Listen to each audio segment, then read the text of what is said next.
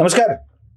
लोक मुहूर्ताच्या गोष्टी करतात, लोक शकुनाच्या गोष्टी करतात, लोक वेळेच्या गोष्टी करतात. मग आम्हालाही कधी कधी लोकांच्या उगाच घटना आणि घडामोडींचा अंदाज घ्यावा वाटतो. मग त्यावरून तो माणूस योग्य की अयोग्य याचा परामर्श घ्यावा वाटतो. मग त्याच्या आयुष्यात काय चांगलं घडलंय, काय वाईट घडलंय हे सांगावं वाटतं.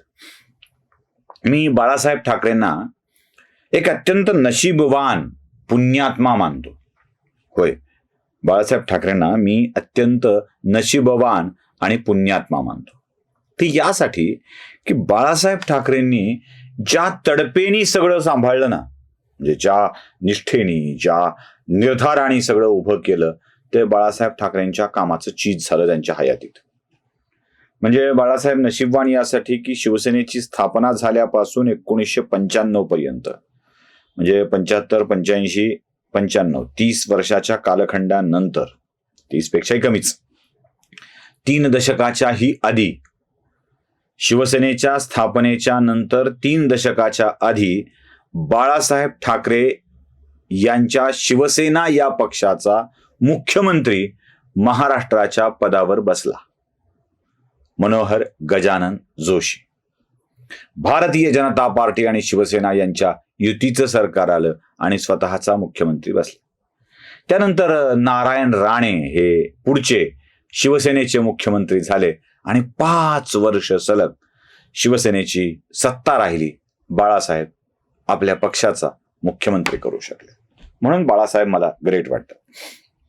ज्या पक्षाला महाराष्ट्राच्या राजकारणात संधी मिळेल की नाही, म्हणजे मुंबईत स्थापन झालेला पक्ष, मुंबईत चालणारा पक्ष, ज्याला संधी मिळेल की नाही असं वाटत होतं, तो पक्ष राज्यातला क्रमांक 1चा पक्ष एक काळ बनला. पुढे क्रमांक 2 वर पण आला. 1 आणि 2च्या मध्ये या पक्षाने बऱ्याच वेळेला आपलं स्थान मिळवलेलं आहे. 1995 ते 99 1 क्रमांकावर जात होता. पुढे असेल पण युतीमध्ये क्रमांक 1 वरच हा पक्ष राहत होता. बाळासाहेबांच्या हयातीत भाजप शिवसेना युतीच्या मध्ये शिवसेना ह्या भाजपपेक्षा अधिकच्या जागा जिंकून प्रादेशिक पक्ष असून सुद्धा क्रमांक 1 वर राहत होता. म्हणून मला बाळासाहेब ठाकरे हे मोठे नशीबवान पुण्यात्मा वाटतात, ज्यांना आपल्या पक्षाचा सुवर्णकाळ आपल्या हयातीत बघता आला. पुढे पक्षाची वाताहत झाली. एकनाथ शिंदेंनी बाळासाहेबांचा पक्ष आपल्या ताब्यात घेतला. तो बाळासाहेबांचाच ठेवला पण आपल्या ताब्यात घेतला. आणि बाळासाहेबांच्याच शिवसेनेतून बाळासाहेबांचे चिरंजीव उद्धव ठाकरे बेदखल झाले. मग बाळासाहेबांच्या शिवसेना उद्धव बाळासाहेब ठाकरे असं नाव द्यावं लागलं. बघा, शिवसेना धनुष्यबाण चिन्हाच्या सहित जी बाळासाहेब ठाकरेंची होती ती एकनाथ शिंदेंच्याकडे गेली आणि शिवसेना उद्धव बाळासाहेब ठाकरे असा नवा पक्ष, नवं चिन्ह, ते मशाल घेऊन आला आणि त्या पक्षाला वेगळं व्हावं लागलं. हे दुर्दैव बघायला बाळासाहेब हयातीत नव्हते, म्हणून मी बाळासाहेबांना सुदैवी पुण्यात्मा मानतो. नव्हते बाळासाहेब, गेले निघून. त्यांना हे बघावं लागलं नाही, त्यांच्यावरती ही वाईट वेळ आली नाही, म्हणून मला बाळासाहेब सुदैवी वाटतात. तुम्हालाही पटतंय ना मी म्हणतोय ते? म्हणजे आपल्या हयातीत आपल्या पक्षाचा आपल्या बळावर मुख्यमंत्री करणे, तो 5 वर्ष टिकवणे, मुख्यमंत्री बदलणे, मनोहर जोशींच्या ऐवजी नारायण राणेंना आणणे, आपला पक्ष क्रमांक 1 वर घेऊन जाणे, आपल्या पक्षावर आपली पकड मजबूत ठेवणे. म्हणजे पुतण्या बाजूला गेला तरी सुद्धा, राज ठाकरे बाजूला गेले त्यांच्या हयातीत, पण तरी सुद्धा शिवसेना त्यांच्या हाती लागून न देणे. महाराष्ट्र नवनिर्माण सेना हा वेगळा पक्ष राज ठाकरेंना निर्माण करावा लागणे. आहे ना, बाळासाहेबांचं नशीब उत्तम आहे. बाळासाहेब पुण्यात्मा आहेत. बाळासाहेबांच्यातून खूप चांगली गोष्ट घडली. हे झालं बाळासाहेबांचं. आता दुसऱ्या एका त्यांच्या मित्रनेत्याचं आपण तपासून बघूया. कोण आहे तुम्हाला माहिती आहे, मी सांगण्याची काही गरज नाहीये. म्हणजे नाव घेण्याची काही आवश्यकता पडेल तुम्हाला मी सांगतो. आता मी सांगितल्यावर काही नाव घेण्याची आवश्यकता पडेल का, तुम्ही समजून घ्यावं. काय समजायचं हे मी तुमच्यावर सोपवतोय, सांगतो. बघा, बाळासाहेब ठाकरे यांच्यासारखं नशीब अनेकांच्या वाट्याला येत नाही. बाळासाहेबांनी 30 वर्षापूर्वी स्थापन केलेला पक्ष 30व्या वर्षी राज्यात सत्तेवर आला. पण आमच्या साहेबांनी 30 वर्षापूर्वी स्थापन केलेल्या पक्षाला अजून एकदाही मुख्यमंत्रीपद मिळवता आलेलं नाही. एकदाही हयातीत अजून नाही. म्हणून म्हणलं बाळासाहेब नशिबान होते, बाळासाहेब पुण्यात्मा होते.